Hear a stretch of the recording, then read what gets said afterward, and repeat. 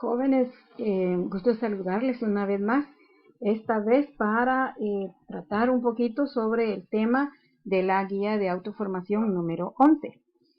El tema de esta guía es recursos para la coherencia, cohesión y adecuación en los distintos tipos de discurso. El primer recurso que vamos a encontrar que es muy importante es el de la coherencia. Es la organización de todas las partes del texto para que éste tenga sentido en determinada situación comunicativa. Es decir que tenemos que darle un sentido lógico a nuestro texto, pero especialmente lo tenemos que organizar de una manera que tenga un hilo de tal manera que no nos salgamos del tema del que estamos tratando. Un texto es coherente si se puede extraer con facilidad el tema o el contenido y comprender el propósito del emisor. Es decir que al nosotros hacer un discurso o redactar un discurso, el tema tendría que ser fácil de distinguir, fácil de sacar. ¿Sobre qué está hablando esta persona? Sobre esta y esta y esta situación. Eso sería tener coherencia en nuestro texto. Por otro lado, vemos que los textos escritos un poco extensos, la información se distribuye en párrafos. Estos párrafos, sin embargo, tienen que hablar siempre sobre el mismo tema para que nuestro texto tenga coherencia. Algunos factores a los que se debe poner mucha atención porque son aquellos que no se deben realizar cuando preparamos o cuando disertamos en frente de una audiencia.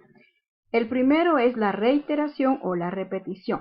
Es importante que nuestro bosquejo tenga un hilo de principio a fin y que no estemos agregando mayor información, pero al mismo tiempo que tampoco estemos repitiendo y repitiendo lo mismo que ya se dijo en un principio. Debemos evitar también la contradicción en un mismo texto. No puedo, por ejemplo, exponer las ventajas de una situación, de un elemento, de un concepto y luego en el mismo decir, pero esto no es bueno porque, es decir, o estamos a favor o estamos en contra. De eso se tratan los diferentes tipos de discurso, ¿verdad? Y por lo tanto no podemos hacer contradicción de lo que ya estamos diciendo. Una contradicción entre el texto y la realidad o la situación comunicativa. Por ejemplo, en estos tiempos que nos ha tocado estar en una situación bastante complicada, bastante difícil, sería incongruente decir, por ejemplo, es que en este tiempo de pandemia nos lo hemos pasado de maravilla. Todo ha estado súper bien, todo ha sido muy bueno, hemos aprendido muchísimo y nos ha dejado muchas cosas esta pandemia. Creo yo que nadie nos creería sobre este discurso si lo dijéramos de esa manera, ¿verdad? Porque pues no, la realidad es muy diferente a lo que está pasando.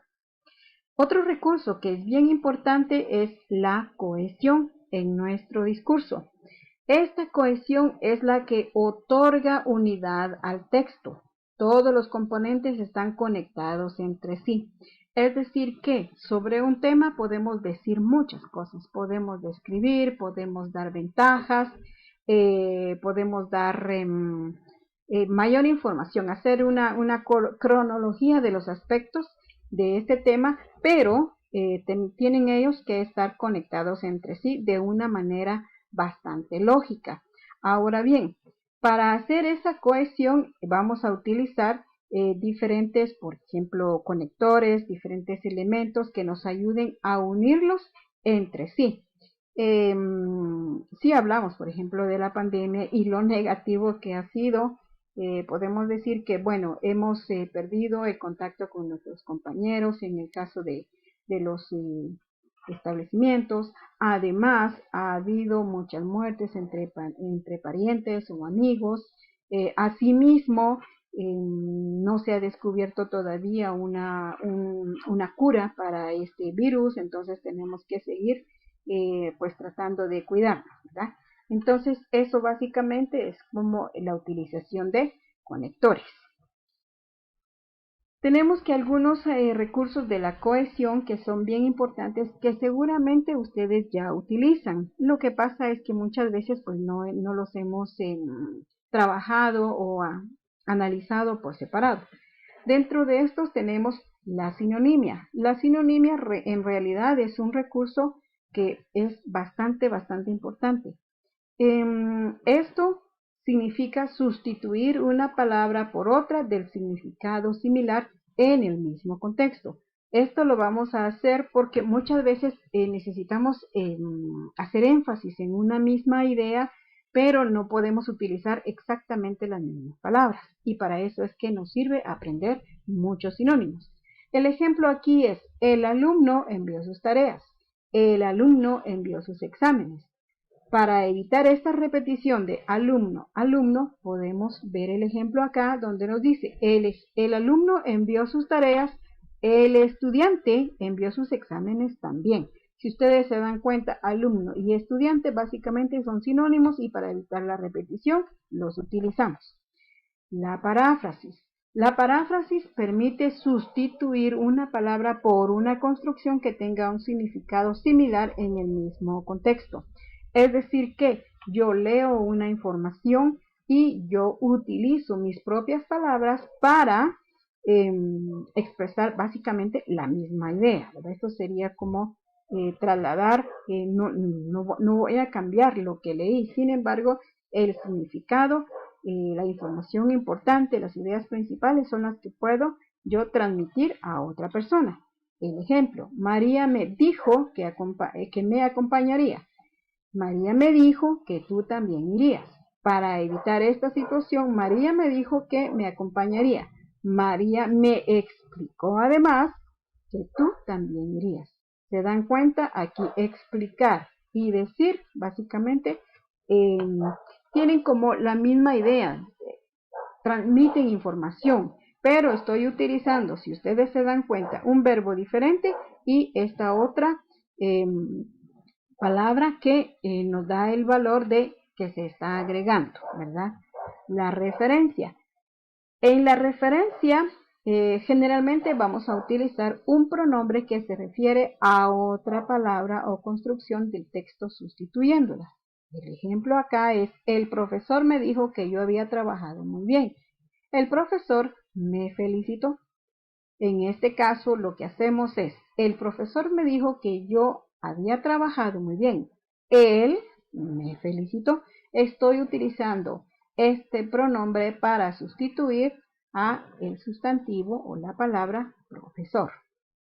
Vamos con otro recurso, el cual se llama elipsis. La elipsis es la omisión de una palabra o construcción que ya ha sido anunciada anteriormente y que puede suponerse por el contexto y se utiliza para no repetir. Es decir que en este caso el contexto va a ser bien importante, lo que nosotros hayamos comprendido. En el ejemplo tenemos que los jugadores ganaron el partido, los jugadores se fueron a los vestidores. Aplicando una elipsis podemos hacer esta siguiente construcción: los jugadores ganaron el partido, luego se fueron a los vestidores. Si ustedes se dan cuenta, aquí estamos omitiendo la palabra jugadores. Y como ya tenemos un contexto definido, ya sabemos de quiénes estamos hablando, en este caso de se fueron. Y por último tenemos la conjunción. La conjunción es el uso de conectores para unir oraciones o párrafos estableciendo entre ellos relaciones lógicas.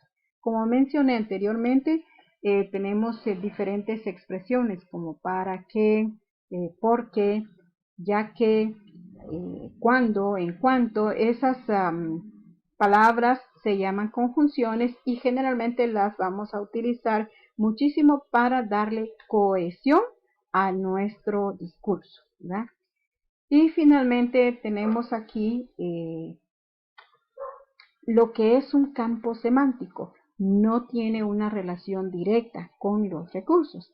Sin embargo, se llama campo semántico cuando estamos utilizando palabras que generalmente vamos a englobar en un mismo grupo cuando estamos preparando un discurso.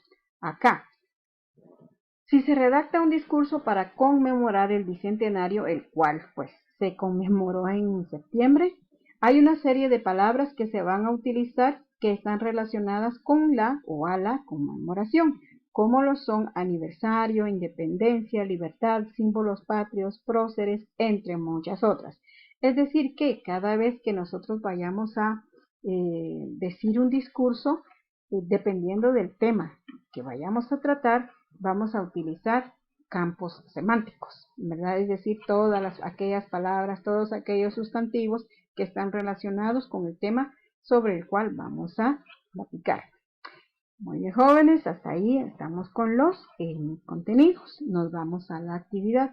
La actividad, pues ya algunos me han mandado sus hojas de trabajo, son muy madrugadores para entregar sus tareas, lo cual me alegra muchísimo.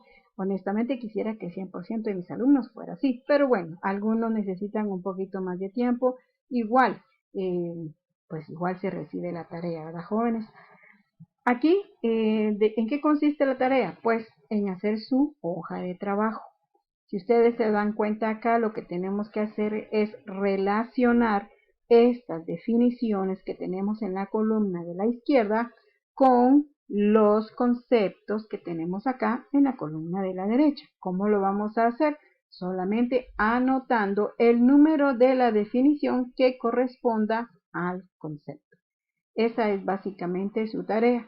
Les ruego, de verdad, en la medida de lo posible, hacer su tarea o su trabajo de manera individual. No pidan copia, el daño se lo hacen ustedes mismos. Las guías realmente no están tan extensas, tampoco se está pidiendo que ustedes copien la información en su cuaderno, sino que hagan muy buena lectura y de esa manera pues estamos poniendo en práctica nuestra comprensión lectora. Como siempre, jóvenes, espero de verdad que estén sin novedad en casa, que todos estén bien y en la medida de lo posible, pues seguir echándole muchísimas ganas. Que tengan muy buena noche, porque ya es de noche. Cuídense mucho y nos vemos hasta la próxima, jóvenes.